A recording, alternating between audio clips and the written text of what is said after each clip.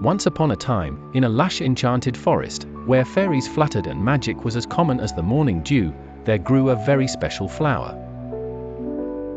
This flower was known throughout the fairy kingdom as the Moonlit Blossom, and it was said to possess incredible magical powers. One radiant afternoon, Tinker Bell, the wisest and most adventurous of all the fairies, was busy collecting dewdrops to make a potion with healing properties. She had heard stories about the Moonlit Blossom's astounding capabilities, but she knew it bloomed only once a year under the crescent moon. As she hopped from leaf to leaf, her tiny wings glistening in the sunlight, she noticed something strange. A dark shadow fell over the forest, and the fairies began to whisper anxiously. It was the work of a mischievous gnome named Flicker, who had stolen the shimmering petals of the Moonlit Blossom to keep its magic for himself. Tinker Bell knew that without the petals, the forest would lose its magical essence, and the fairy kingdom might fall into disarray.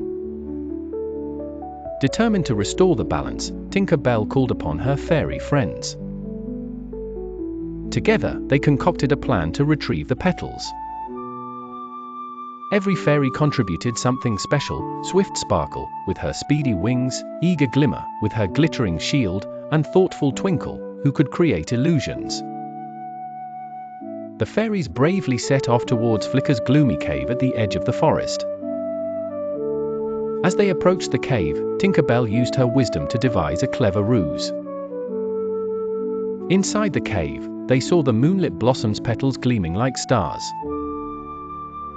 Once restored, the Moonlit Blossom shone more brightly than ever, its magic radiating outward, bringing happiness and harmony back to the fairy kingdom. The fairies invited all the creatures of the forest to celebrate the return of magic with a grand festival.